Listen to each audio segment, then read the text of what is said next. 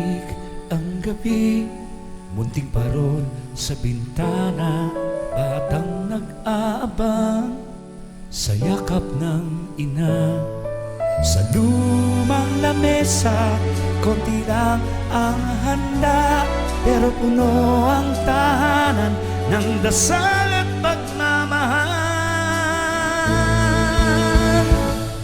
Ang diwa ng Pasko ay pagbibigayan, pagkakasundo, hindi kaguluhan, pag-uunawaan, hindi pagtatalo.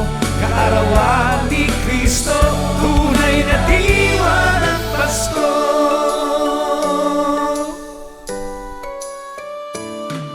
Kamay na malayo, huling magtatago, tapuhan malulusaw sa yakap na totoo.